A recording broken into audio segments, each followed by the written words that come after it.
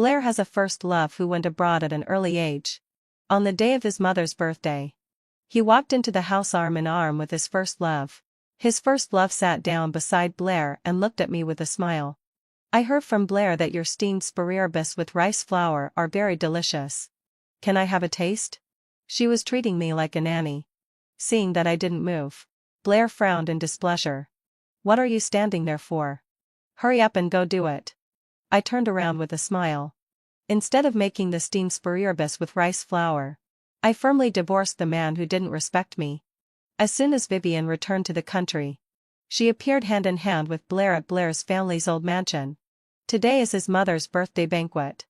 She likes tranquility and didn't hold a grand celebration. The people who came were all relatives of the family. Vivian's appearance seemed very abrupt. But soon, the one who seemed out of place became me. Because she had already taken Blair's arm and sat in the seat that originally belonged to me, leaving me standing there awkwardly alone. There was no place for me beside Blair. Just like there was never a place for me in his heart. Vivian didn't seem to think there was anything wrong with her behavior. Instead, she looked at me with a smile. You're Scarlett, right? I heard from Blair that you're really good at cooking Sichuan cuisine. Could you make me a dish of steamed asparagus with rice flour? It would be even better if you could make a dish of spicy diced chicken. I like light food. But Blair is crazy about Sichuan cuisine. In order to cater to his taste. After marriage, I specifically learned from a chef for a long time and could easily cook several famous dishes. No wonder Blair would always show a meaningful expression every time he ate the steamed asparagus with rice flour. It turned out that Vivian liked to eat them. There was an awkward silence for a moment. Everyone at the table looked at me with schadenfreude. They all thought that I wasn't worthy of Blair. I just happened to have a face that was somewhat similar to Vivian's and was a docile person. So I managed to become Mrs. Blair by chance. Now that the substitute is being ordered around like an Annie by the real person, it's not a big deal. I didn't move and just stood there. The atmosphere became even more awkward. And there was a sense of tension. The people at the table watching the commotion couldn't help but secretly look at Blair again. One is the legitimate Mrs. Blair. And the other is the first love who has been with him for more than 10 years. Which way the balance will tip depends entirely on Blair. The smile on Vivian's face froze. And her tone became a bit choked up. Blair. I didn't mean anything else. I just haven't eaten delicious hometown food for a long time. Blair frowned slightly. And his eyes looking at me became darker and darker. What are you standing there for? Hurry up and go make it? With a single sentence. He made his choice casually. The schadenfreude in the eyes around him became even stronger. Some who couldn't hold their temper even laughed out loud and mumbled. A substitute is just a substitute. She still wants to compete with the real person. She's really overestimating herself. I'm not unfamiliar with such words on ordinary days. But now, they seemed especially harsh. I slightly curved my lips, surveyed the table with my eyes, and turned around and left without looking back. Blair seemed to say something else. I didn't hear it clearly. And I didn't want to listen anymore. After leaving the banquet hall, Nanny Wang, a nanny of the old mansion, quickly greeted me. Relying on being an old servant of the Blair family, she had not been stingy in bossing me around on ordinary days. This time, she unceremoniously threw the apron in her hand at me. Then, met out a low sorry. With her hands crossed over her chest, she looked at me with schadenfreude. Madame? The ingredients are all in the refrigerator. Blair asked you to make the dishes yourself. And we can't really help. You can just go and get them yourself. After saying that, she left with a few other servants, chatting and laughing. Only one aunt secretly turned back with a look of pity and softly comforted me. Madam, I'll help you make the dishes. You can just serve them up later. She didn't dare to disobey Blair or resist Nanny Wang. So she could only try to save me some face in this way. And ever since Blair allowed Vivian to order me around like an Annie in front of everyone, my dignity had been torn to pieces and couldn't even be pieced back together. I shook my head, casually threw away the greasy apron, and directly left the old mansion to the back door of the kitchen. The old mansion is on the halfway up the mountain. I asked the driver to take me down the mountain, but the driver rolled his eyes at me impatiently. Madam, We still have to wait to send Blair and Vivian. What if we delay their use of the car? Can you take the responsibility? After saying that, he continued to focus on playing games. Look. I've been Mrs. Blair for 3 years. And even when I try to give an order to our own driver, I get sneered at. Forget it. A bitter and helpless smile tugged at the corners of my lips. And I turned around and walked down the mountain. I walked barefoot for more than 20 li. My feet were so tired that they were numb. And I didn't even know when they were scratched by branches. Finally, heading fulfilledly, I managed to get a taxi at the foot of the mountain. The driver looked at me again and again through the rearview mirror, seemingly not understanding why a wealthy lady like me, wearing high-end customized clothes, would be in such a sorry state. I didn't explain. I just asked him to wait for me at the gate of my house for a while. I went back to the house, took my ID, bank card, and then went out and found a hotel to stay in. Before going out, I put the signed divorce agreement on the table in the bedroom and left a message telling Blair to go through the divorce procedures tomorrow morning. People from Shandong attach great importance to official positions. After graduating from university, I originally planned to go back to my hometown to take the civil servant exam. Because I loved Blair so much, I changed my plan and stayed in the capital city, becoming a housewife who cooked and did the housework. I seemed to be glamorous on the surface. But in fact, I didn't have anything of my own. It's better to love the motherland than a man. At least the motherland will never abandon me at any time. With my mind made up, a determined smile curved the corners of my lips. And I bought a plane ticket to leave the capital city at noon tomorrow. Goodbye, capital city. In the Blair family, Blair's will is like a winged vane.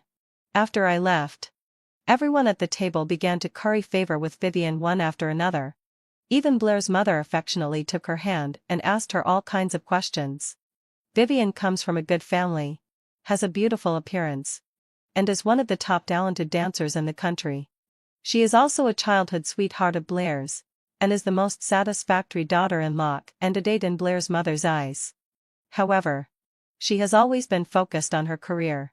Because she didn't want her figure to go out of shape and affect the beauty of her movements when dancing, she decided very early on not to have children before the age of 35. She even gave up her love with Blair and resolutely went abroad in order to get the opportunity to be the lead dancer in a top 4 and dance troupe. Blair has a very strong sense of pride and couldn't stand being always ranked behind Vivian's dance career. The two of them quarreled frequently and eventually broke up. Blair's mother also couldn't tolerate the fact that her son couldn't produce an heir for a long time. So she compromised and agreed to let me, who was docile and easy to control, marry into the family. However, I turned out to be a hen that doesn't lay eggs. I haven't been able to conceive a child in 3 years of marriage. Now that Vivian is already 30 years old, she secretly let slip to Blair's mother that she is willing to have children now when she returned to the country in advance this time. Blair's mother naturally looked at her more favorably. Vivian has a very high emotional intelligence and is very adept at socializing. She would occasionally tell some interesting stories about her years abroad, making everyone laugh heartily. Blair sat beside Vivian, responding casually from time to time, but his eyes kept glancing at the empty seat on the other side. When Scarlett left just now, he asked the servant to move a chair over. She is his wife and should be sitting beside him. But Scarlett didn't come back for a long time. They were just 2 simple home-cooked dishes. How could it take more than an hour to make them? Blair frowned slightly and ordered the servant beside him. Go to the kitchen and see how much longer it will take for Madame to finish. The servant responded and left. Soon, Manel. He came back and respectfully said in his ear, Sir, Madame went down the mountain more than an hour ago. More than an hour ago? When did this woman learn to be duplicitous? A look of anger quickly appeared on Blair's face. He frowned and said coldly, Who allowed the driver to send her away? The servant shook his head. Madame didn't use the car. She walked down the mountain by herself. It's more than 10 kilometers from here to the foot of the mountain. And Scarlett was wearing high heels. Blair felt an inexplicable sense of restlessness. He suddenly felt that something had gotten out of his control. He took out his phone and wanted to call Scarlett. But Vivian's delicate voice reached his ears first. Blair.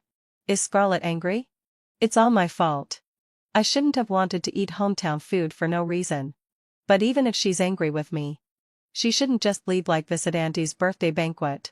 There was a lot of grievance in Vivian's voice. And her eyes were red as if she was about to cry. Blair couldn't stand seeing her like this the most. He comforted her softly. It has nothing to do with you. She's just being unreasonable. As the host of the banquet, it's not a big deal to cook to signature dishes for the guests personally. But she had to make such a fuss. He had been spoiling her too much usually.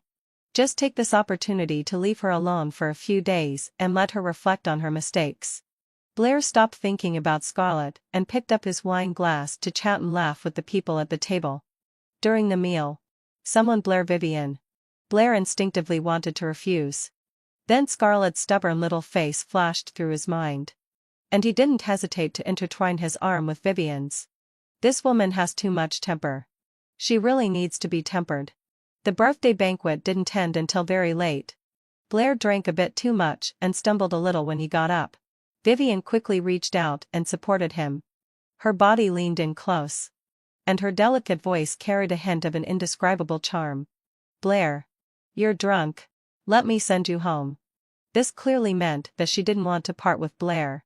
Blair's mother also chimed in. Yes, hadn't so my obsession. It's better for you two to go together and take care of each other. A faint ripple rose in Blair's heart, but it quickly subsided. He shook his head lightly and said, No need. Scarlett will come to pick me up. This time, it was his oversight. He would take the initiative to show some kindness and hope that the woman would know when to stop. As he spoke, he took out his phone and dialed Scarlett's number. Unfortunately, the phone that usually could be connected after ringing once or twice didn't get answered this time. When he called for the second time, a cold system prompt tone sounded directly. Sorry.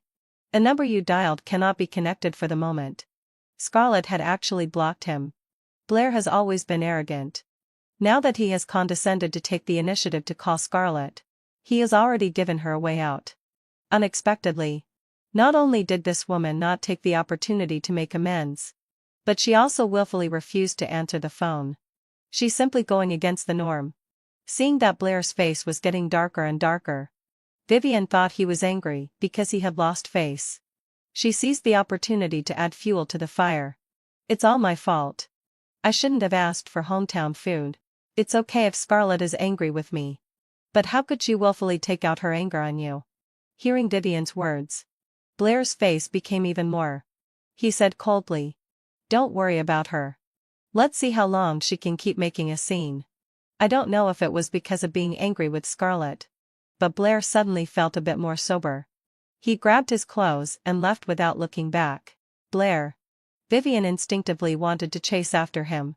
But she is a smart person and knows Blair well enough. She is well aware that chasing too closely at this moment will have the opposite effect. So she obediently stopped and let the driver of the old mansion send her home. I originally thought that since Scarlett could marry Blair, she should have some abilities. But now it seems that she is vulnerable. Since that's the case, don't blame her for making a quick move. Blair didn't know about Vivian's thoughts and went home in a foul mood. Scarlett didn't like having strangers in the house, so she usually cooked and cleaned the house by herself. No matter how late he came home in the evening, Scarlett would always leave a small warm yellow night light in the entrance hall. She would also curl up on the sofa, reading a book and waiting for him, happily telling him the interesting things that happened during the day. Even if he was uninterested and too lazy to echo a single word, the other person would still talk nonstop. Scarlett had bought many books for exam preparation and took advantage of her leisure time to review and prepare for the civil servant exam in the capital city. Because of Vivian's matter, Blair extremely disliked women with a strong career ambition. When he found Scarlett studying late into the night by the light of a lamp, he flew into a rage on the spot and threw all the books and notes into the trash can. He threatened her that she either stay at home properly or get a divorce and get out. Scarlett cried bitterly that time. She picked the books back from the trash can but never read them again. Now, neither the Scarlett who was reading a book nor the Scarlett who was scrolling through short videos could be seen. The entrance hall and the living room were all pitch black. Blair impatiently tugged at his tie. Besides feeling irritated, he actually felt a bit of inexplicable panic. He went straight to the bedroom upstairs, thinking that perhaps Scarlett was just being stubborn and refused to wait for him, and she had gone back to the bedroom to sleep first. However, the bedroom was empty, and there wasn't even a trace of anyone. There was only the solitary wedding ring placed on the table, as well as the divorce agreement signed by Scarlett. Blair became even more furious. It seemed that he had been too good to Scarlett. This woman not only dared to run away from home but also dared to threaten him with a divorce. Let's see how long she can hold out. Blair tore up the divorce agreement and washed up and went to bed with a feeling of depression all over him. Perhaps he wasn't used to not having Scarlett by his side. That night, Blair suffered from insomnia for the first time in a long while. Under too much pressure. He used to suffer from frequent insomnia. And even taking sleeping pills didn't work. Since getting married to Scarlett, this problem had miraculously healed on its own. Scarlett always carried a faint lavender fragrance, which made him feel at ease. Now, Blair let out a heavy sigh and went to the company with 2 dark circles under his eyes. As soon as he entered the office, he received a courier. When he opened it, it turned out to be the divorce agreement sent to him by Scarlett. On her side, she had already signed her name. The signature was so forceful that it seemed to penetrate the paper. It could be seen how determined she was when she signed it. Almost the moment he opened the courier, Scarlett's call came in. See, she was indeed threatening him with a divorce. The corners of Blair's mouth curled up slightly, and he immediately pressed the answer button and coldly scolded, "Scarlett, have you had enough of this nonsense? I don't have time to play this childish game with you. Come back quickly. Or don't come back for the rest of your life." Scarlett ignored Blair's impotent rage. "Blair, I won't ask for half of your property. And I haven't taken away any valuable items. But I won't return the pocket money you gave me over the past few years. Consider it as compensation for me being Vivian's substitute." Her voice was calm and emotionless as if she was narrating something that had nothing to do with herself at all. "I'm already at the Civil Affairs Bureau now. If you don't come over to sign the divorce agreement within an hour, I'll file for divorce. Don't blame me if it becomes known to everyone then." In Scarlett's long speech, Blair keenly grasped the key point. What substitute? Who said you were a substitute? Indeed, when he first met Scarlett, he had indeed seen Vivian's shadow in Scarlett for a moment. But soon, he realized that these were 2 completely different people. Scarlett was cheerful, lively, free-spirited, and completely different from Vivian's pride and wanton sins. No one would mistake them for each other. Don't you and the people around you think so? The sarcastic words and looks from the relatives at the dinner table last night were still vivid in her mind. There was a hint of sarcasm in Scarlett's calm tone. "Blair, if you want to rekindle your relationship with Vivian, you could have told me in advance. Even if I have a thick skin, I won't pester you." Blair just thought Scarlett was unreasonable. He pinched the bridge of his nose and said irritably, "Nonsense. I've never thought of rekindling my relationship with her. That's a matter between you 2 and has nothing to do with me." Scarlett had no patience to argue with Blair anymore. She just said indifferently, "There are still 59 minutes left. If you don't come by then, I'll immediately find a lawyer to file for divorce." "You." Scarlett rarely had such a tough attitude. Blair felt a sudden sense of panic in his heart. He gritted his teeth and said, "Think it over. Once you sign the agreement, you'll lose me forever. Even if you kneel on the ground and beg me in the future. Come here quickly. There are still 58 minutes left." Lose? She had never really had him. Had she? For the first time in all these years. Scarlett took the initiative to hang up Blair's call. Blair became angry and humiliated. He tore the divorce agreement into pieces and threw it into the trash can. Still not satisfied, he kicked the trash can hard, sending it flying to meters away. He had been too good to this woman usually. She was threatening to get a divorce over a trivial matter. It seemed that he needed to ignore her for a few more days. Let her suffer more outside. And come back crying and admitting her mistakes to him. Under my constant urging, Blair finally came to the Civil Affairs Bureau. His pride wouldn't allow him to be at a disadvantage in anything, even though he didn't want a divorce at all in his heart. When Blair came to the Civil Affairs Bureau, Vivian was still by his side. Vivian was dressed beautifully and brightly, with a bit of pride as if she could defeat me effortlessly with a single move. But her words were full of grievances. Scarlett. You've misunderstood. Blair and I are just good friends. Even if you're angry, you can't threaten to get a divorce at every turn. It's immoral to occupy public resources so casually. I didn't even give Vivian a glance. I just raised the number plate in my hand to Blair and said, "Let's go. It's just our turn." Over the years, I knew Blair's character well. I expected that he would tear up the divorce agreement. So I specifically printed 2 more copies at the printing shop at the entrance. Have you really thought this through? Yeah. Seeing that I showed no sign of begging for mercy, Blair didn't want to lose face either. He raised his hand and signed the divorce agreement. After the formalities were completed, as long as the 30-day divorce schooling-off period passed, I could completely free myself from this relationship. I felt much more relaxed in my heart and got up and walked towards the restroom. Seeing this, Vivian also said to Blair, "Blair, I'm going to the restroom." In the restroom, Vivian blocked my way. She raised her eyebrows slightly, and her eyes were full of pride. "Scarlett, do you know why you haven't had a child in the past few years of your marriage?" I stopped in my tracks and stared fixedly at Vivian. "Of course.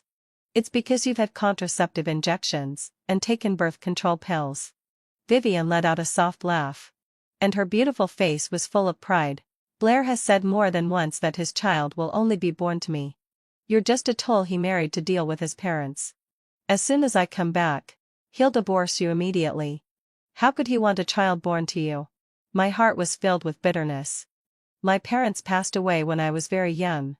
And my only living relative, my grandfather, also passed away due to illness when I was in college. So after getting married, I always wanted to have a child of my own. In this way, I wouldn't be alone in this world anymore. Unfortunately, I hadn't gotten pregnant in 3 years of marriage.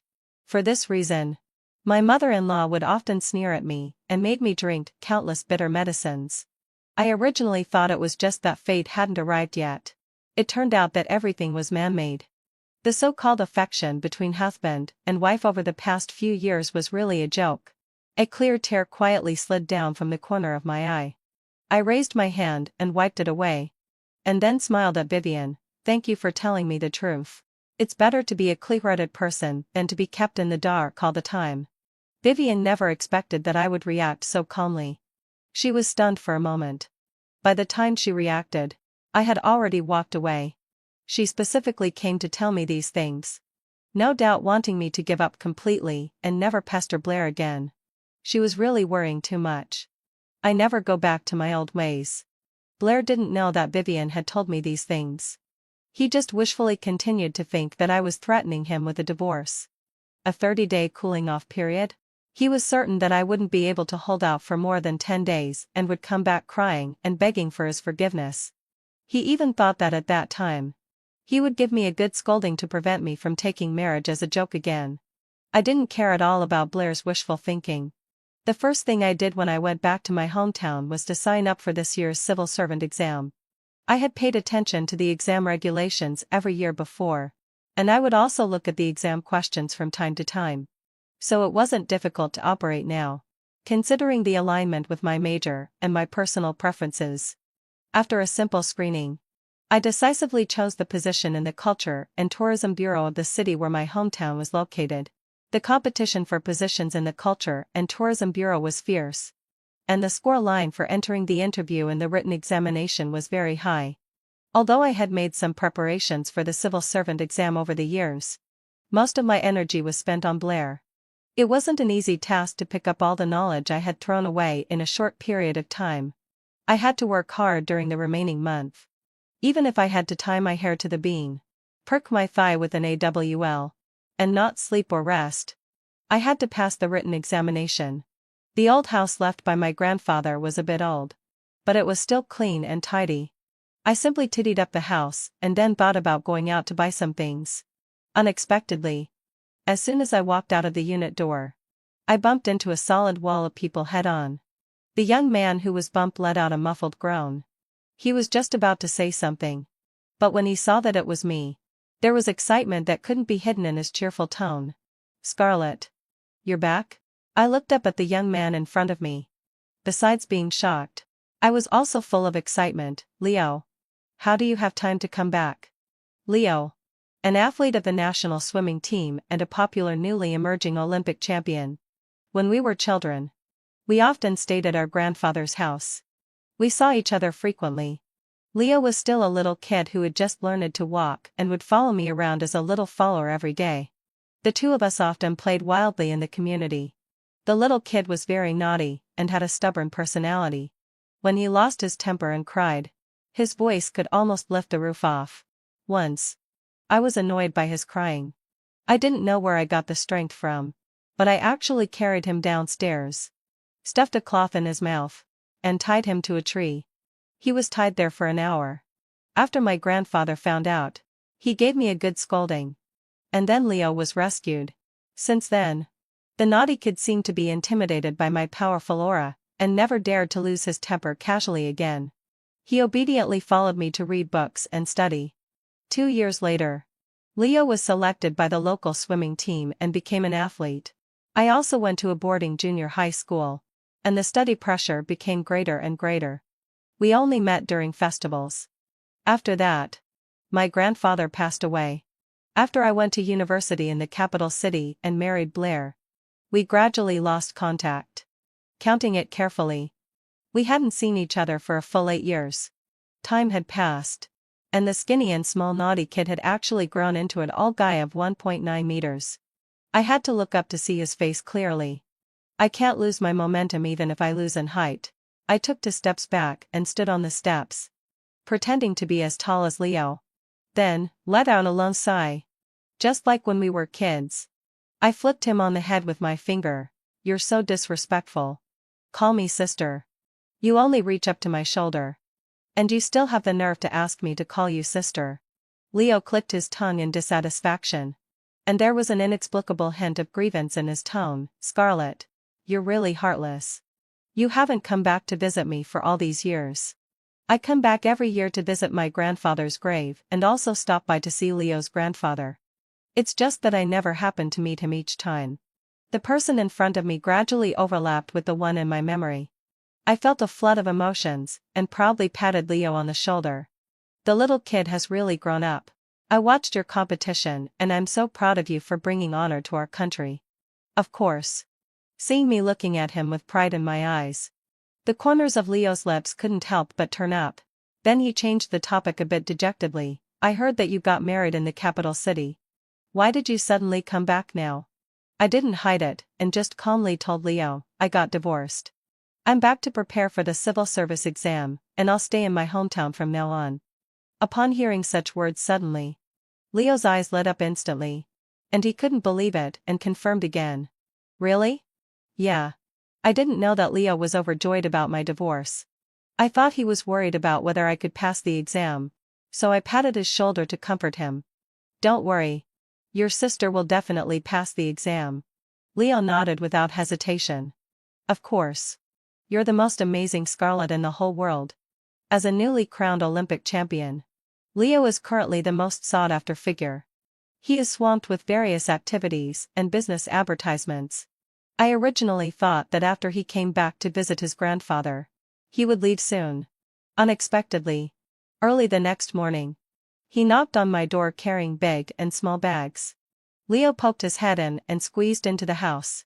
He put the vegetables and fruits in his hands into the refrigerator as if he were at his own home, mumbling as he did so, "There are only 28 days left until the exam. During the preparation period, you have to eat and drink well and ensure enough rest. I'll cook for you." "No need. I can do it myself." How could I have the nerve to let an Olympic champion cook for me? You can't focus on 2 things at once. Unless you don't want to pass the written exam smoothly. Leo made the decision directly and then added, "Don't worry. I'm not doing it for nothing. I'll also come to mooch off your food and drinks." I was completely at a loss for words. Leo did what he said. He actually became an Annie in my house, taking care of everything meticulously. He even somehow found me several rare study materials. The love of a young man is sincere and passionate. How could I not feel it? But falling into the big pit of love and marriage once is enough. I will never make the same mistake again. I can't keep Leo waiting like this. After much consideration, I decided to make things clear to him during the meal. I told him everything, including how Blair and I ended up getting a divorce in the past few years. In short, I will never get married again in this lifetime. You're right. I do like you. I've liked you since I was very young and it has never changed. Looking at my calm face, Leo retorted emotionally. I know Blair treated you badly and broke your heart. But Blair is Blair and I am me. Isn't it too unfair for you to sentence me to death without listening to my explanation? Just because of his mistakes? I didn't expect Leo to react so strongly. I patiently explained, you're still young and you haven't met many people. You will find a very, very good girl in the future. That's right. There are many very good girls in this world. But the only one I've ever wanted is you. Leo interrupted me again. And even a tear involuntarily rolled down from the corner of his eye. Scarlett, I lied to you. It's not that I haven't seen you for 8 years. In fact, I know where you live and I've secretly gone to see you every year. In the past 2 years. I knew you weren't happy. I wanted you to leave Blair countless times. But after thinking about it, I decided to respect your own choice. Now that you bravely walked out, I will never give up this opportunity. There was an important reason that Leo didn't say. He used to have nothing and didn't have the confidence to pursue her. Now he has something. And she's also divorced. Everything is the best arrangement. He will never give up. I never expected Leo to say such things. I was so shocked that I was at a loss for words. I didn't know how to face this affection. My mind went blank. And I awkwardly changed the topic. I just want to focus on preparing for the exam now. Let's talk about other things after the exam. Okay. Leo didn't force me to make a decision. He just softened his tone and said word by word, I'm serious. I will wait for you. No matter how long it takes. Time is precious. In the following days, I devoted myself wholeheartedly to my studies. As if I had gone back to the days when I was preparing for the college entrance examination overnight. Leo found various ways to cook delicious food for me. He was very quiet. Except for his undisguised passionate gaze that fell on me from time to time. He almost had no presence. Even if I wanted to drive him away, I couldn't find a proper reason. After a long time, I simply let him be. Maybe I'm naturally good at studying. Or maybe Leo took such good care of me. In just 1 month, my learning efficiency was amazingly high. The written exam went very smoothly. I finished all the questions in one go without any hesitation. When I came out of the examination room, I saw Leo waiting for me from a distance. I smiled and waved at him. Come on. Your sister will treat you to hot pot. We had a great time eating hot pot. Leo and I both recalled our interesting childhood memories. And it seemed like we had endless things to talk about. When we reached the entrance of the community, I suddenly wanted to eat the handmade puffed rice sold by the old granny in the neighboring community. Without saying a word, Leo went to buy it for me. While I strolled slowly in the community, enjoying the rare leisure time, before I knew it, I strolled downstairs to the apartment building. When I saw the familiar black Maybach from a distance, the smile on my lips disappeared instantly. Blair must have been waiting for a long time. When he saw me approaching, he opened the car door and got out. He frowned slightly, looking a bit unhappy. Where have you been? You're back so late. I hadn't mentioned the civil service exam to Blair before. And there was no need to tell him now. I just said inferiorly, you don't have to pick me up. I will go to the Civil Affairs Bureau to get the divorce certificate on time at 9 o'clock tomorrow morning. Upon hearing the word, divorce, Blair's expression became even uglier. And a faint aura of hostility surrounded him. I quickly took a step back, worried that he might go crazy and hurt me. Perhaps my subconscious step back hurt Blair. There was a bit of brokenness in his eyes. And his tone softened. Scarlett, you should have cooled down after making such a fuss for so long. Hurry up and pack your things and come home with me. I can let go of the things you did before. I shook my head and said lightly, Blair. It's over between us. There's no turning back. We haven't received the divorce certificate yet. So it's not a real divorce. Blair stubbornly denied my answer and said eagerly, "Scarlett. We've been together for so long and we have feelings for each other. I don't want you to regret your willfulness today in the future." I knew Blair well enough to see at a glance that this wasn't what he really thought in his heart. But now, this was the only way he could make up for it. Could it be that signing the divorce agreement that day was just a momentary impulse? And now he regrets it so much that he doesn't want a divorce? His pride won't allow it. So, he can only use this tough attitude to force me to compromise. I've thought a lot these days. I admit that I shouldn't have brought Vivian to my mother's birthday banquet that day. And I shouldn't have asked you to cook for Vivian in front of so many people. I don't know what decision Blair made. But he started talking non-stop. But this is just a trivial matter. I didn't really cross the line with Vivian and betray our marriage. I've come all the way here. You should forgive me this time. So, humiliating me in front of so many people was just a trivial matter. I just found it ridiculous and couldn't help but snort. Our marriage has been full of problems for a long time. Getting a divorce isn't a momentary impulse. It's a choice I made after careful consideration. Once I've seen the great sea, other waters seem not worth seeing. After repeated disdain, indifference, and deception, all the feelings have been won away. Scarlett. My patience is limited. Blair rushed over and grabbed my wrist tightly. I felt disgusted and tried to shake off Blair's hand. But he was so strong that I couldn't break free. It was as if as long as he didn't let go, I wouldn't leave him. Unfortunately, Hutting fulfilledly. He was wrong. I struggled with all my might. When we were at a stalemate, Leo came back with the puffed rice. He took a step forward and pushed Blair away forcefully. With a murderous look on his face. "Get lost. You're hurting her." Blair obviously recognized Leo. He eyed the other person warily. And his gaze finally landed on me. "Scarlett. Is it because of him that you want to divorce me?" Leo is at the peak of his popularity right now. And there are countless eyes on him. If there were news of him interfering in someone else's relationship at this time, the consequences would be unimaginable. I subconsciously protected Leo behind me. And my cold gaze couldn't hide my disgust. "Blair. I came back to my hometown after going through the divorce procedures with you. Before that, I hadn't seen Leo for 8 years. Our marriage broke down because you and the people around you have never respected me. Under your connivance, they trampled on my dignity wantonly. And it has nothing to do with anyone else." Hatred welled up in my heart. I took a few deep breaths to calm down my emotions and said coldly, "Don't you have any idea how you've treated me all these years? Or do you think I'll always compromise and endure everything?" If Blair could have the courage to admit his mistakes, I might have grudgingly admired him as a man. But at this moment, the way he unhesitatingly shifted the blame onto others made me dislike him even more. And I felt that I had really been blind these past few years. After knowing each other for several years, the way I looked at Blair always carried deep love. And I had never been as cold and impatient as I was now. Blair felt his heart twitch suddenly and quickly explained, "I've already fired the nanny and the driver who mocked you that day. I didn't know what they did behind my back." "It wasn't behind your back. It was out in the open." I took a deep breath and calmly corrected Blair's words. "Your attitude towards me is the same as the attitude of the people in our family towards me. You treated me like a servant to please your first love, Vivian. You clearly told them that they could trample on me at will. And only by trampling on me could they win your favor.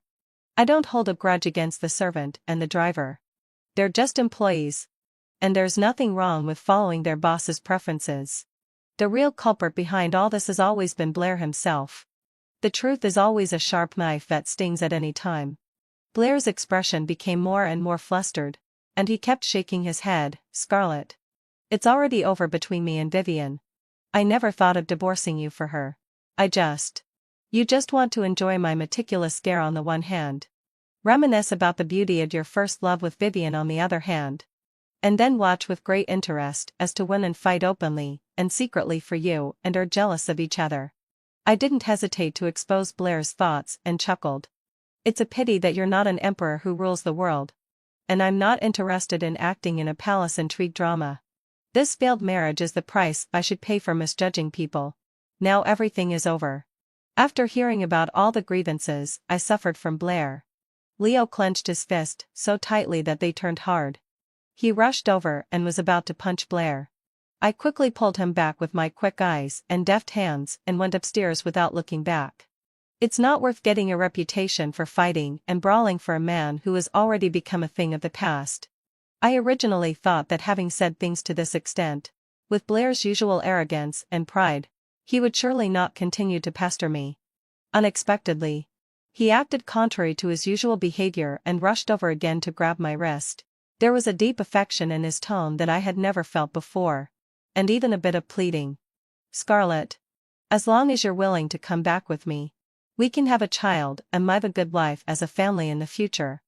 Blair, during the 3 years of our marriage, you've always known that I wanted a child. And you also knew how much ridicule and abuse I endured from your mother because I couldn't give birth, and how many bitter medicines I took. But you didn't want anyone other than Vivian to have a child for you. You even secretly gave me contraceptive injections and made me take birth control pills." I raised my eyes and met Blair's gaze. And then slowly smiled. "In a way, I should thank you for not allowing me to have a child, so that I can leave now without any ties." "Scarlett." Blair seemed to have never expected that I would know his dirtiest thoughts head and deep in his heart so clearly. And he was completely flustered. He emotionally tried to reach out and grab my hand again. Seeing that his hope was dashed, he shook his head repeatedly. "No. No, Scarlett. I've already regretted it. I haven't given you birth control pills in the past 2 months. I really want to have a child with you. It doesn't matter anymore." I didn't look back at Blair and just said coldly, "Blair. You've always called me by my full name. Scarlett. Keep doing that in the future, so as not to let others misunderstand that we're very close. You really want to distance yourself from me like this?" "It's not about distancing myself. We actually have no relationship at all anymore." I corrected Blair's words word by word, and then reminded him again. "Let's meet at the Civil Affairs Bureau at 9 o'clock tomorrow morning. We should part on good terms. Don't make me look down on you. It's just a failed marriage. As long as you correct your mistakes in time, it's okay. In the future, my life can still be as clear and bright as a sunny sky." I refused to leave with Blair and planned to take the earliest flight back to the capital city the next day. When I opened the door, I saw Leo standing at my door with a suitcase in his hand. It looked like he had been standing there for a long time. I felt both amused and helpless. "You don't have to worry. Blair won't do anything to me. Blair cares most about his face. Even in the worst-case scenario. Even if he doesn't care about his face, the Blair family does. They will never let this marriage end up in court." Leo coughed lightly. He was the most stubborn-mouthed. "I'm not worried. It's just that it's time for me to go back for training.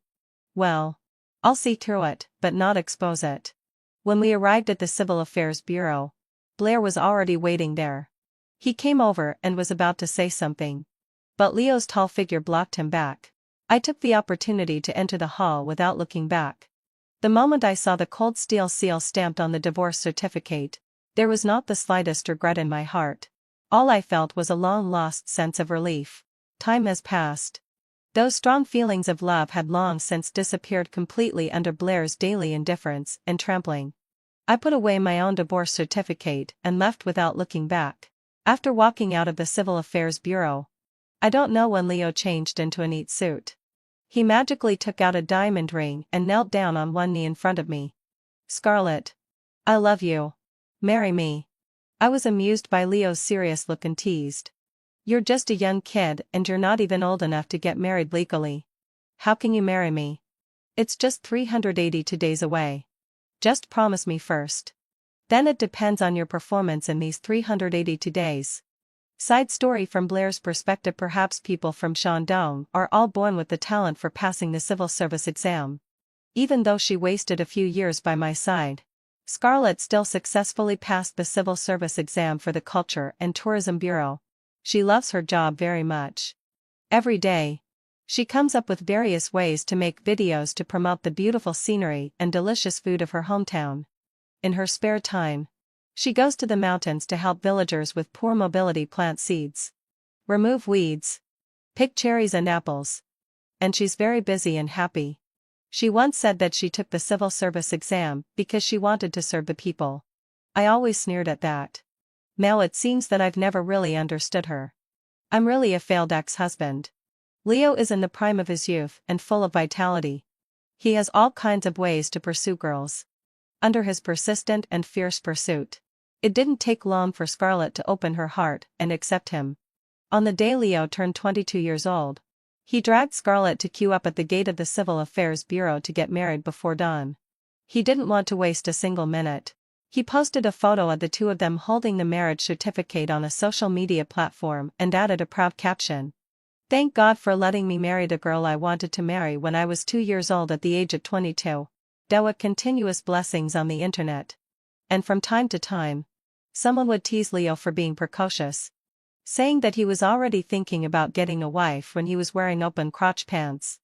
Leo hugged Scarlett tightly in his arms and his face was almost splitting with a smile. "That's right.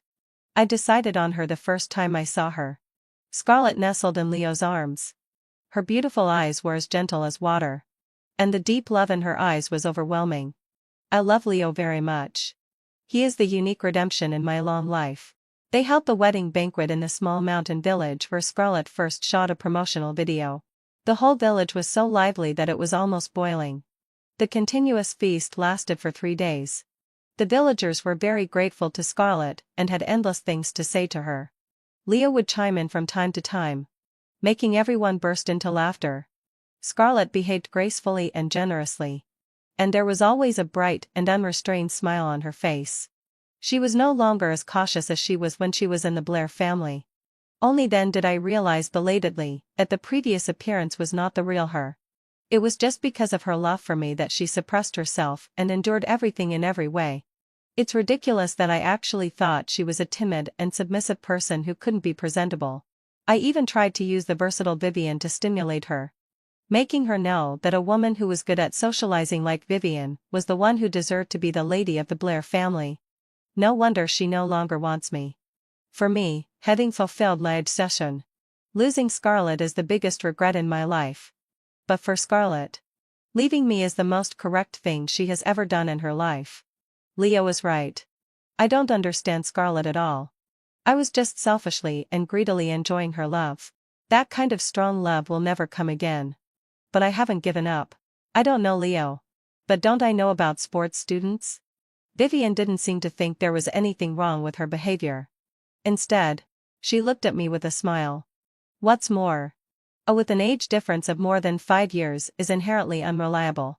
As Leo's fame grows, Scarlett's beauty is gradually fading. It's just a matter of time before he cheats. At that time, Scarlett will understand that all men in the world are the same. It's already very rare that I can realize my mistakes and am willing to make amends. But I waited year after year. Even when Leo won 3 more gold medals at the next Olympic Games, there was still only Scarlett in his eyes. When asked by the media if he rushed home as soon as the competition ended every time to give his wife a sense of security, Leo smiled and shook his head. "No. I just miss her so much. I want to see her every moment." 2 years later, Scarlett gave birth to a son for Leo and suffered a lot during the childbirth. Leo was so heartbroken that he cried and asked the doctor to tie his tubes, saying that they would never have another child. Scarlett loves her son very much. But she didn't choose to be a housewife. She went back to work as soon as she finished her confinement period. She spared no effort to create new tourism resources, help local fruit farmers introduce new varieties and expand the planting and production scale, and made high-quality agricultural products sold all over the world. Looking at her chatting and laughing at the short video platform sharing meeting, a faint smile also appeared on my lips. Seeing this, my assistant couldn't help but say, "President Blair, since you're already here, why don't you go and say hello?" I shook my head. Scarlett once said that a qualified ex should be like Dad. She always blames me for not remembering her words. This time, I remember. His brother poked his shoulder and asked, "Leaving your first love for a girl with twin ponytails and a JK uniform. Aren't you afraid she'll run away?" He squinted his eyes and smiled. "There's no help for it. Men all understand the value of twin ponytails." I didn't understand their veiled meaning. But I also knew that my first love had changed his heart. However, at the moment I received the admission notice, my first love asked me with red eyes, "Didn't we agree to go to the same university?" When I arrived at school in the morning, I just found out that my first love, fickle, I fulfilled last I had transferred to a parallel class. During the lunch break, I ran to the teaching building of the parallel class to find Fickle, wanting to explain. But as soon as I climbed up to the corridor on the second floor, I heard several familiar voices. "Dude. You're something. You directly transferred to the parallel class for a transfer student."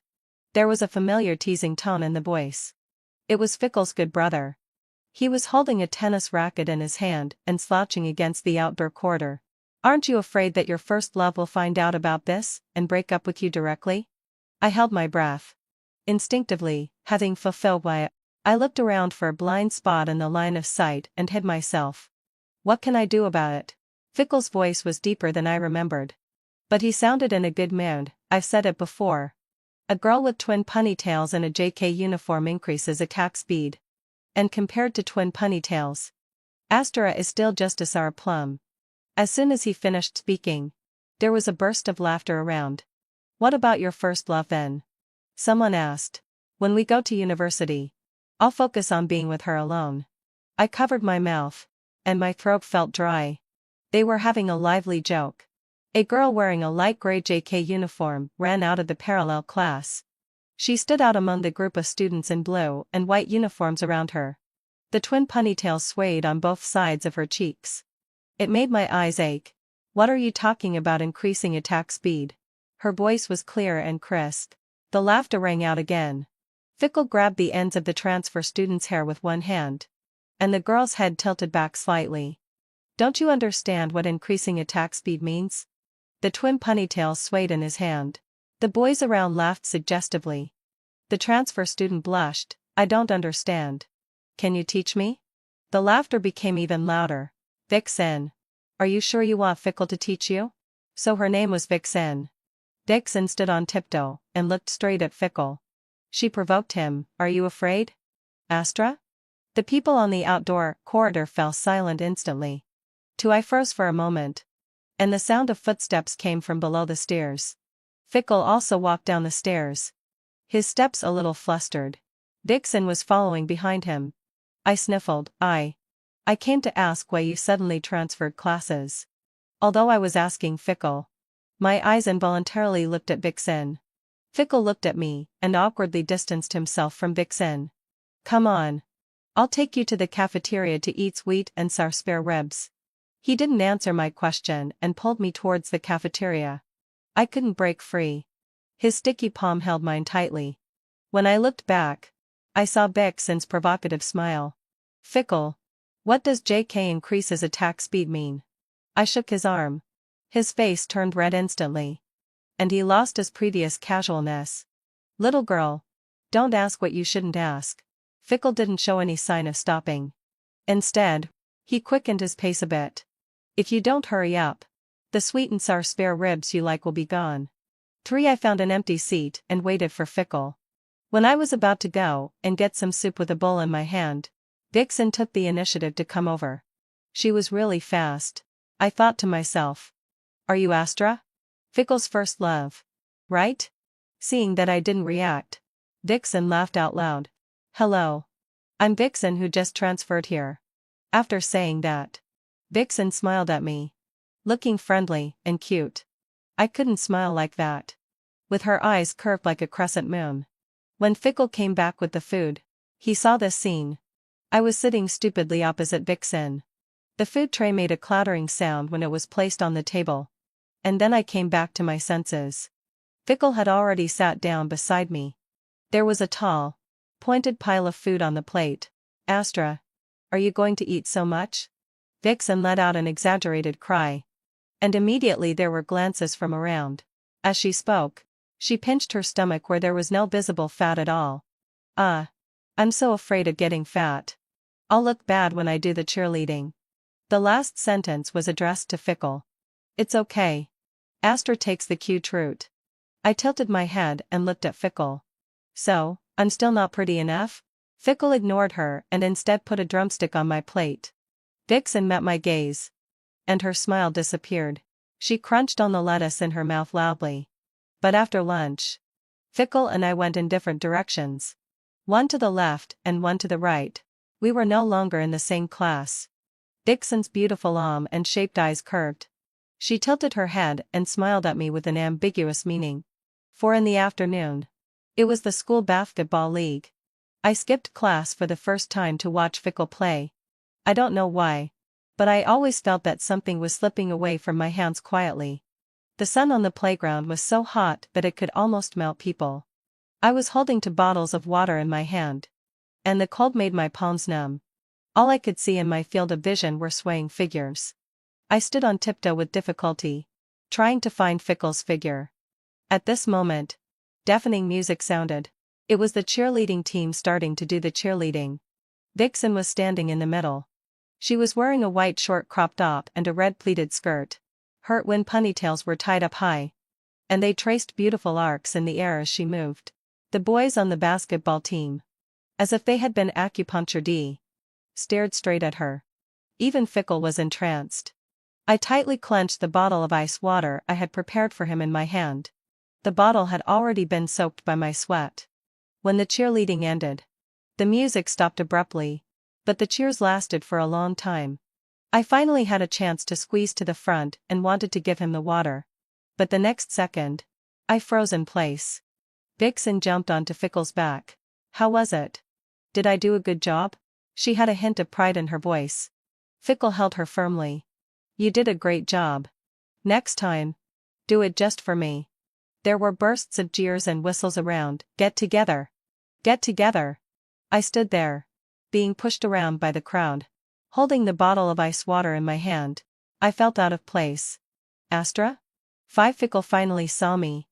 And the smile on his face disappeared instantly, replaced by a trace of panic. I tried hard to squeeze out a smile and walked forward. You did a great job. My voice was dry. Vixen jumped off Fickle's back and looked at me with a smile. Thank you for the compliment. Her smile was particularly dazzling. Here's the water for you. I handed the water to Fickle, and his hand touched my fingertips. I couldn't help but blush. Just as Fickle unscrewed the bottle cap and took a sip, Vixen snatched it away and took a few gulps from the bottle cap that Fickle had drunk from. I stood there stunned. Fickle also blushed instantly. He looked at me, a little embarrassed. But he forced a smile and said, You little rascal. Do you want to have an indirect kiss with me? He put his arm around Vixen's neck and bent her over with a playful hug. Vixen smiled and stuffed the water bottle back into Fickle's hand. She slipped out from under Fickle's arm. You're not at a loss. As she spoke, she glanced at me, and there was an indescribable complex emotion in her eyes. When I wanted to say something, Vixen had already pulled Fickle away, leaving only a sentence. Astra, you go back to class first. We're preparing for the next game. My hand holding the drink bag was painfully pinched. The extra water in the bag was like a joke, weighing heavily and pulling downwards. 6 When I got back to the classroom, it was eerily quiet. There was only the sizzling sound of my classmates' pens scratching on the draft paper. My friend Ally poked me with her elbow and asked in a low voice, What's wrong with you? You look so pale. Did you get into a fight while buying water? There was a bit of teasing in her tone, but the concern at the end of her sentence couldn't be hidden. It's okay. I sat down and stuffed the water bottle in my hand into the desk drawer. The cold touch still remained in my palm, but the little bit of enthusiasm in my heart had long been melted by the sun. I even felt like I was a transparent person at that moment, with no presence at all. But Ally obviously didn't want to let me go. You don't have to say it. Then I'll tell you the news that Fickle transferred classes for the transfer student has spread throughout the school. The pen in my hand paused for a moment. I stared at the solemnly printed Newton's first law in the textbook and remained silent. Ally sighed and lowered her voice even more. Vixen's face and figure. TSK, has-K. How can we ordinary people compare?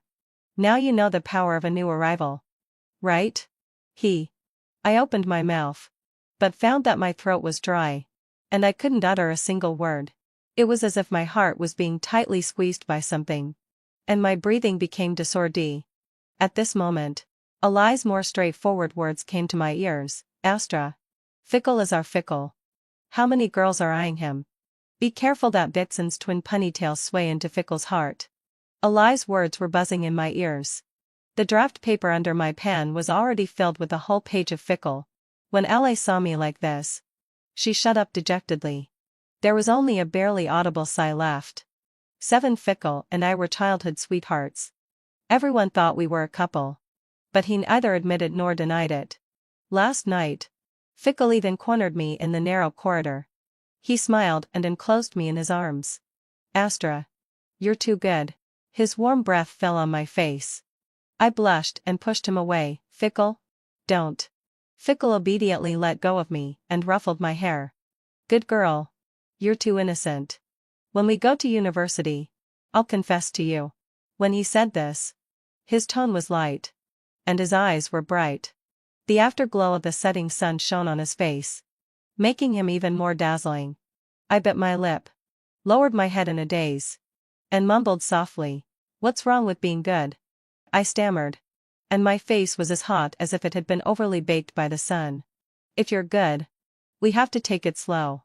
He raised his hand and pinched my slightly chubby cheek, and he even chuckled softly. You're like a sour plum now. You have to slowly turn into sugar. He looked very serious. Even the curve of his eyelashes when he lowered his head was a bit heart-pounding. I felt as if I had been stung by a bee, feeling both sweet and tingly. I could only nod blankly. Okay. Got it. 8. When class was over in the evening, I stood at the intersection of the stairs between the honors class and the parallel class, hesitating. My eyes involuntarily glanced towards the parallel class. But it was already quiet over there. It seemed that everyone had left. Didn't Fickle wait for me? I dragged the school bag strap and shuffled towards the school gate. Before I left the school, I heard loud jokes coming from beside the snack stall. What's going on? Vixen let out a low sigh. Do you want to go back with Fickle today to review about increasing attack speed?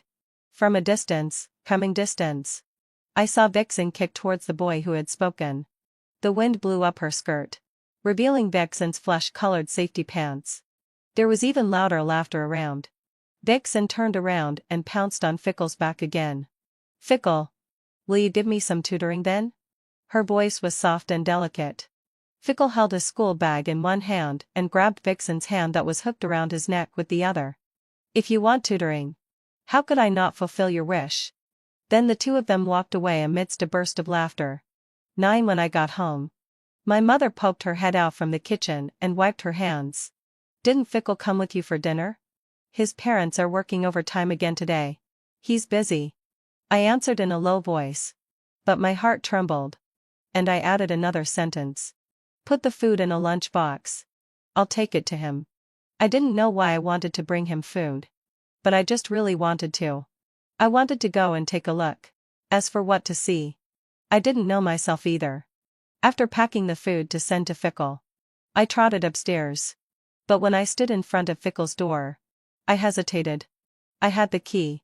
But now my hand was half raised in the air, not knowing whether to knock on the door or turn around and leave. There were sounds of laughter and chatter coming from inside.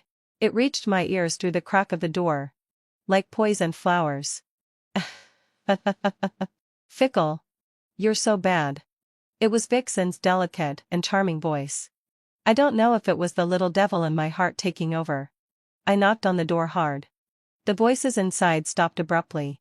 Fickle opened the door and was startled for a moment when he saw it was me. Astra.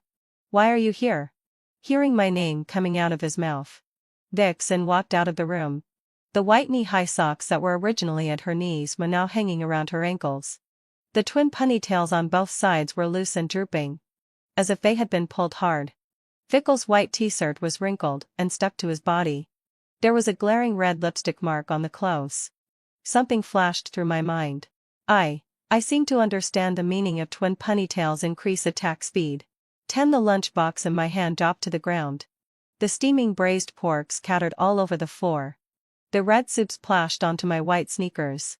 I turned around and ran, tears welling up in my eyes, and my steps getting faster and faster. But Fickle just wouldn't let me go. The sound of footsteps landed behind me again and again, getting closer and closer. He grabbed my wrist. And the force was so strong that I gasped in pain. Astra. Don't run. There was a trace of panic in his voice. I forcefully shook off his hand, turned around, and glared at him. Fickle. Let go. You two are so disgusting. The panic on his face flashed by. It was replaced by a look of pleading.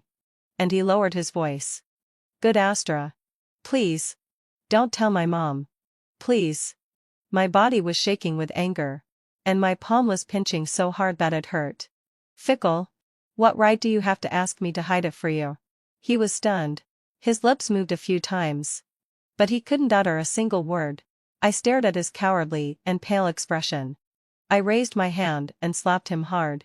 Slap, the clear sound echoed in the empty corridor. Fickle's face was turned to one side by my slap. A clear handprint instantly appeared on his face. Fickle. You've disappointed me so much. My voice was shaking terribly. And tears couldn't stop falling. Fickle's eyes changed from shock to anger. Astra. What right do you have to hit me? He suddenly pushed me hard. I was caught off guard. My steps faltered. And my back hit the wall. I gasped in pain. I managed to stand up straight. Just as I was about to say something, he interrupted me. What stupid thing did I do? I'm an adult. It's none of your business. But.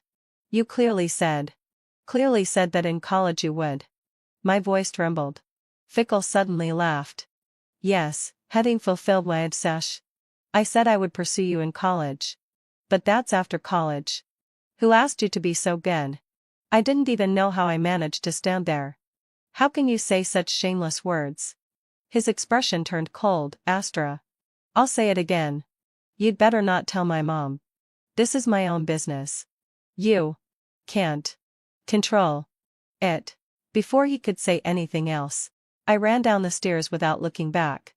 11 When I went downstairs the next day with red and swollen eyes, there was no sign of Fickle. I pursed my lips and walked quickly towards the school. During the physics class, the teacher told me that he had signed me up for the national physics competition. If I won an award, I might be able to get a direct admission quota. I looked at the registration form in my hand. I lay on the desk and hesitated. The school for this admission was Beijing Institute of Technology.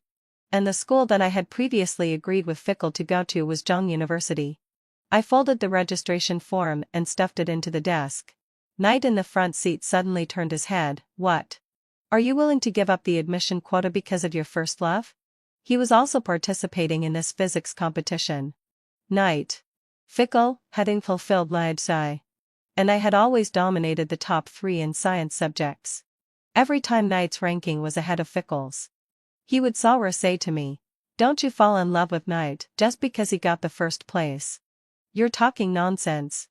I turned my head, lay on the desk, and retorted him in a sullen voice. I heard Knight's soft laugh. Who didn't see your first love wearing a leather jacket and entering the school gate with the transfer student this morning?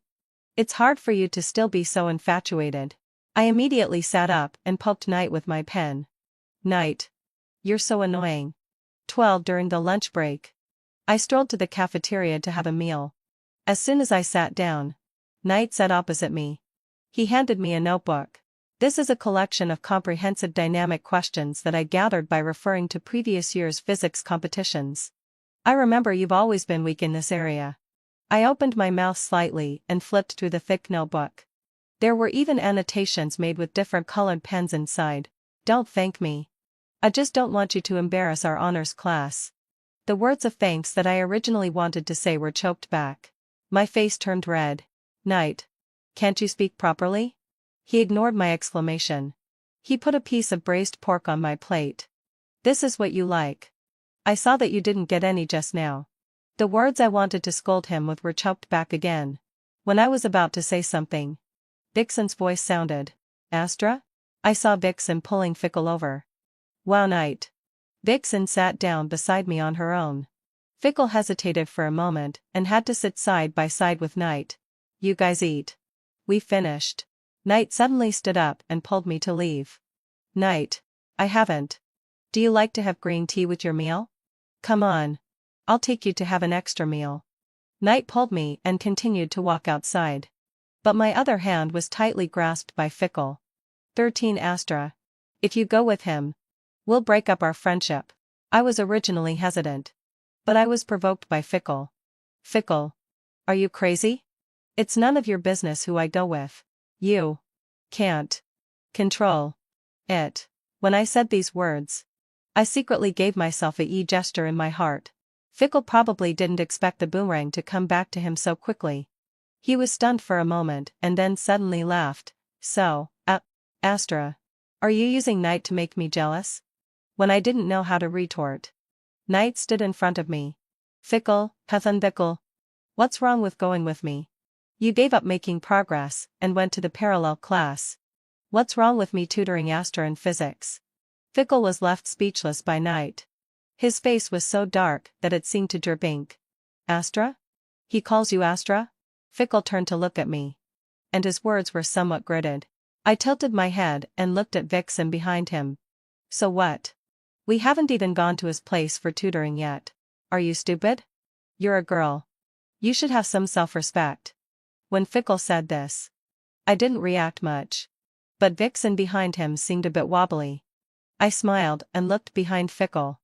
He seemed to have just realized what he had said, and quickly turned around to give Vixen a reassuring look. In this gap, Knight pulled me and left. He also left a sentence. Come to my place for tutoring tonight. 14 Knight pulled me out of the cafeteria. He walked straight to the small restaurant at the back gate of the school. As soon as we sat down, I quickly said to Knight, I'm not going to your place. He laughed. A really annoying kind of laugh. Yo, hadn't fulfilled my obsession. What kind of dirty thoughts are in that little head of yours? What do you think I'm going to do? I'm being kind enough to help you make that perfect little white lotus and her green tea Knight jealous. And you're learning to wrong people. My face turned red instantly from what he said. You're the one with dirty thoughts.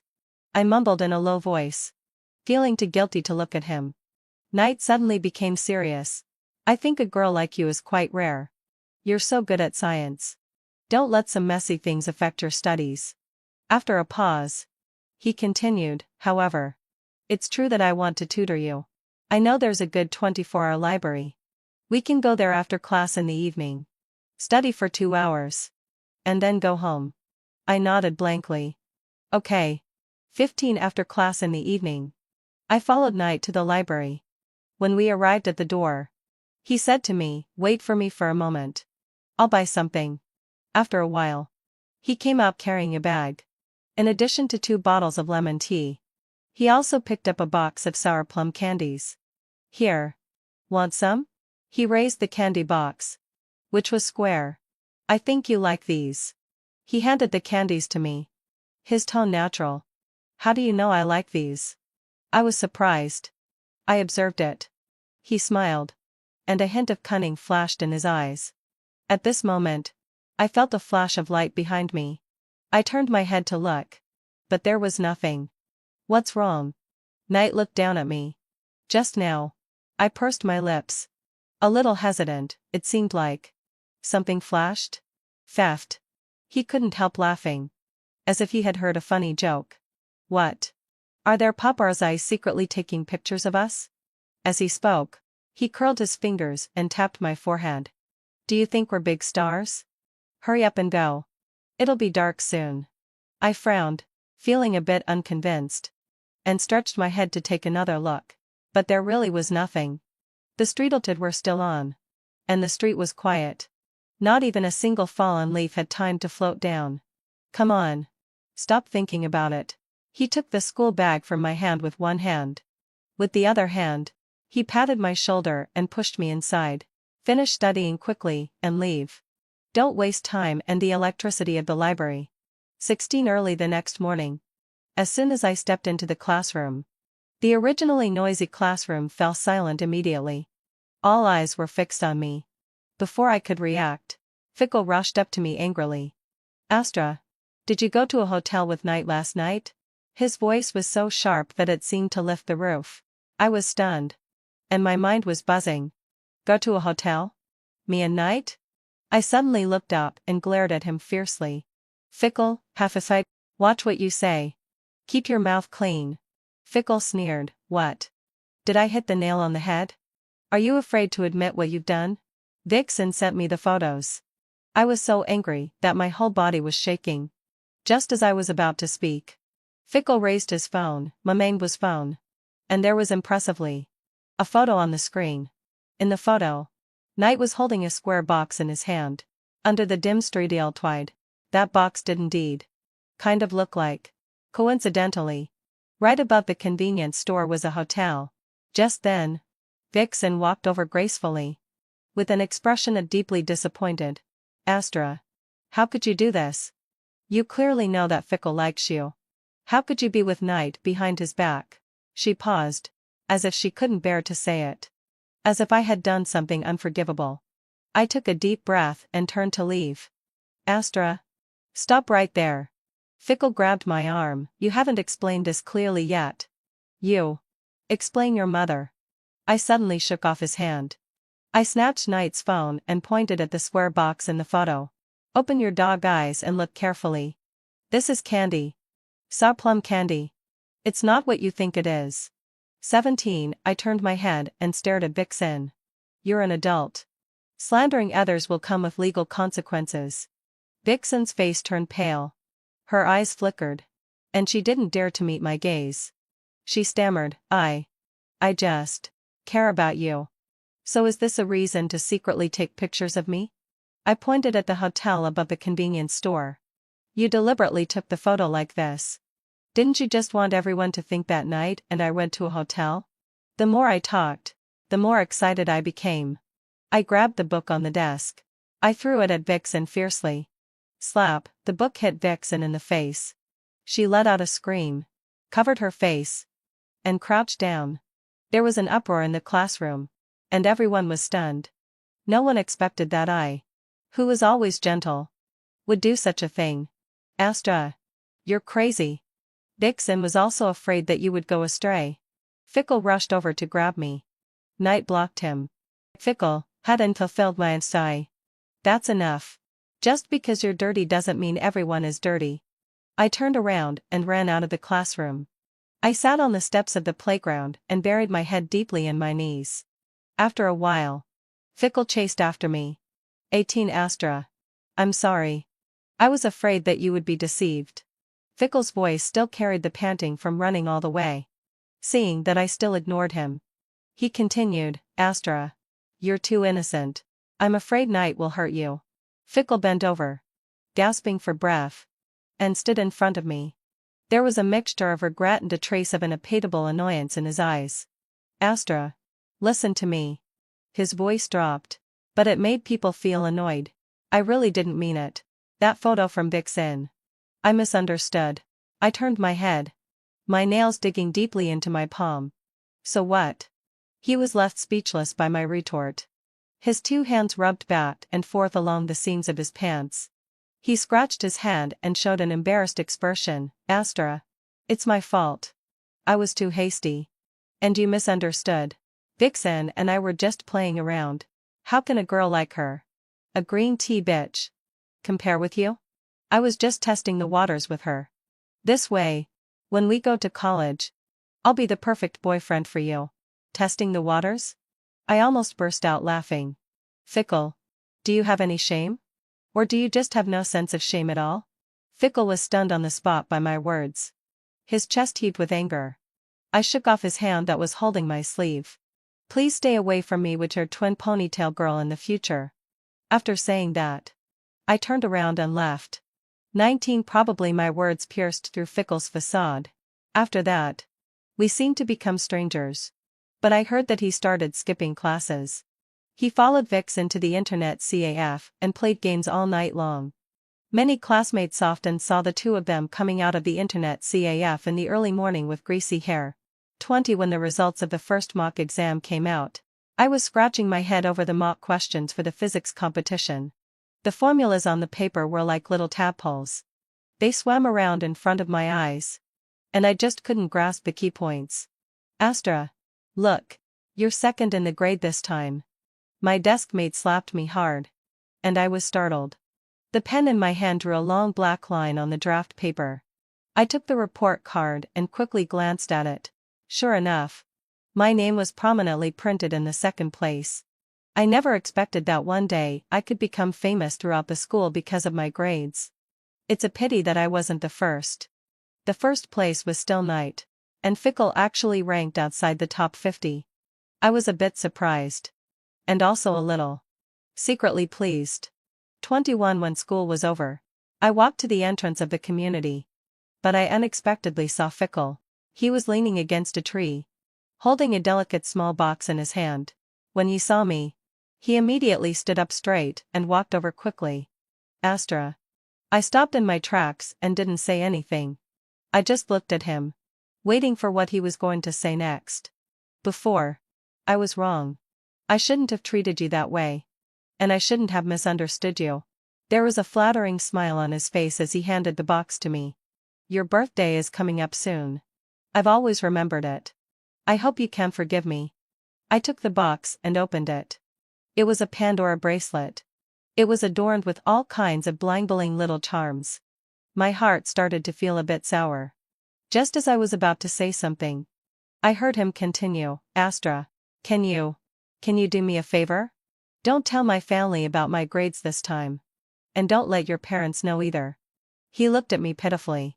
The little bit of sympathy that had just emerged in my heart disappeared without a trace in an instant. So, you came to me not to apologize, but to ask me to help you lie? My tone was full of sarcasm. His eyes flickered for a moment. But his tone was unusually firm. Astra. Believe me, I will definitely catch up next time.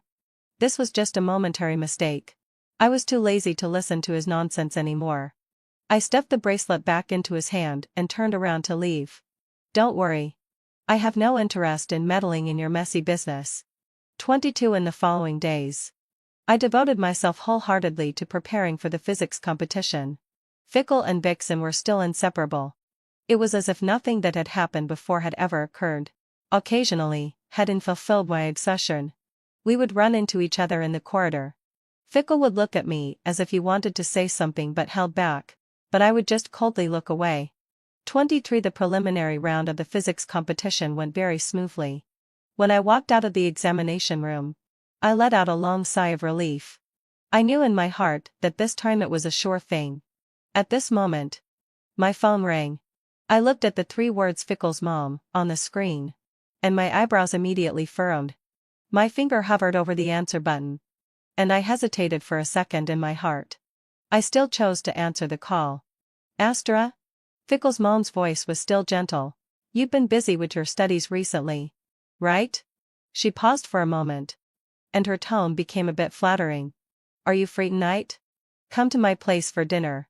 I'll make my signature Coke chicken wings, and the spicy chicken that you like the most.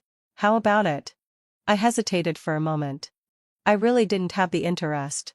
Fickle's mom. I'm sorry. I'm really a bit busy with my schoolwork recently. Maybe, oh, your parents have already agreed to come. She quickly interrupted, and her tone became even more enthusiastic than before. And, Auntie, I have something I want to trouble you with. I was left speechless. Since even my parents had agreed, I had to go to the appointment. 24 As soon as I entered Fickle's house, the atmosphere was extremely solemn. Fickle's dad sat on the sofa with a gloomy face, holding a report card in his hand. Fickle's mom was wiping her tears beside him. When she saw me, Fickle's mom grabbed my hand like she had found a life-saving straw and began to cry. Astra, please help Fickle. Fickle's mom sighed, glanced at Fickle's dad, and continued, Astra, it's like this. Fickle. His exam results this time were not very satisfactory, and the teacher called home. Only then did I realize that Fickle's grades had been completely exposed. It's not just about the grades. Fickle's dad took over the conversation, his tone heavy. We just found out that this kid actually secretly transferred to a parallel class. We really don't know what he was thinking. Fickle's mom held my hand, looking earnest. Astra, Auntie knows that you're good at studying. Can you help Fickle? He used to listen to you the most. I looked at Fickle's mom's expectant eyes. I opened my mouth, but I didn't know what to say. At this moment, my mom spoke up, Fickle's mom. Don't be too anxious. The child is growing up and has his own thoughts.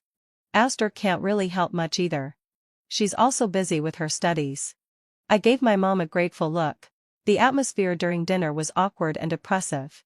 Fickle didn't say a word and just kept his head down, shoveling food into his mouth. Occasionally, he would lift his eyelids to look at me. And he would continue to eat in silence with his head down. 25 after dinner.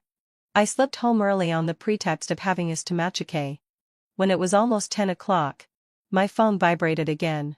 The caller ID clearly showed Fickle. I answered the phone. And his familiar voice with a hint of irritation came through. Come down. I have something to talk to you about. After saying that, he hung up the phone directly. He didn't give me a chance to refuse at all. I opened the curtain and looked downstairs. He was standing under the streeteltwide, looking up at my window, as if he would come up if I didn't go down. I simply put on my coat and went downstairs. What do you want from me? I stood still in front of him and asked directly. He looked up, and there was actually a hint of unpredictable anger in his eyes. Was it you? Did you tell my parents? I was almost laughed out of anger. Fickle, has your brain been fried? Why do you think it was me? If it wasn't you, who else could it be? He was aggressive. And his tone was full of certainty. I've already apologized. What else do you want? Fickle, I said slowly, enunciating each word. Your mom said that the teacher called her. Can't you understand that? I rolled my eyes and planned to go home and continue sleeping. Fickle's growl came from behind me. Astra, I misjudged you. I shrugged my shoulders with my back to him.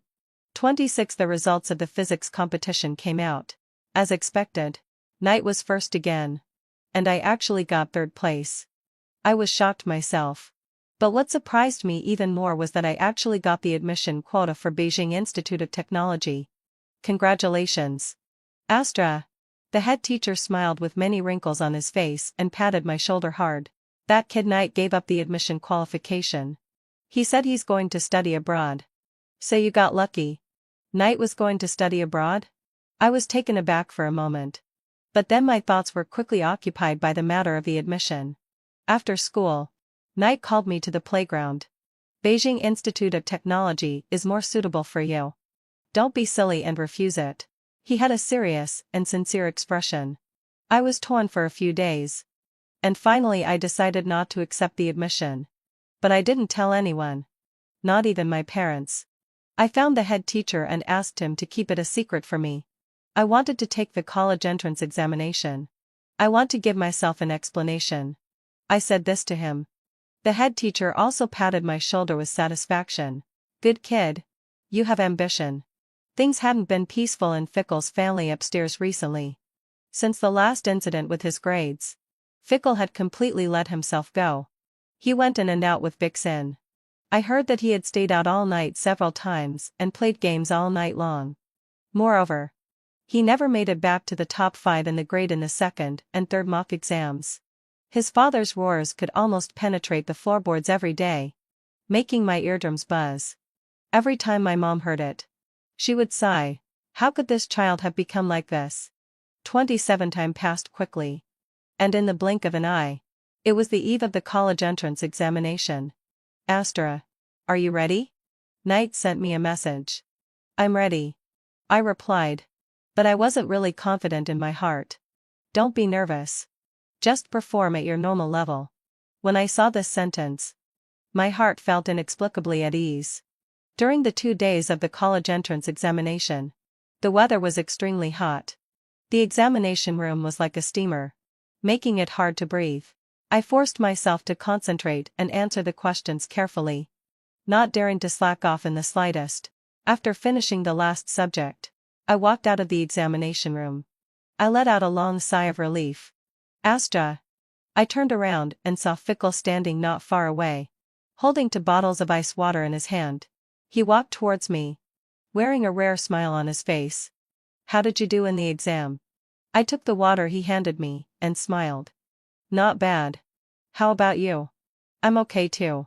He shrugged his shoulders. And his eyes were a bit evasive. I didn't ask any further. 28 After the college entrance examination results came out, I did better than I expected. I actually just managed to reach the admission score line of Peking University.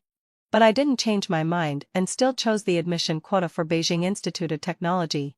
On the day I received the admission notice, Fickle knocked on my door. His hair was messy. And his eyes were red. Why? I didn't understand. Didn't we agree to go to Zhang University together? Only then did I realize that he actually still remembered the promise we made to go to Zhang University together. Fickle. Even if I choose Zhang University, can you still go there with your current grades? Fickle showed a hurt expression. I closed the door. 29 Before I left, Fickle's dad and Fickle's mom came to see me. Astra. Take good care of yourself when you go to college in the future. Fickle's mom held my hand. Looking reluctant to part. I nodded. I will. Fickle's mom.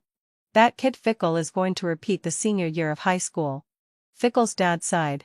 I smiled but didn't say anything. In my heart, I silently said, goodbye. Fickle. END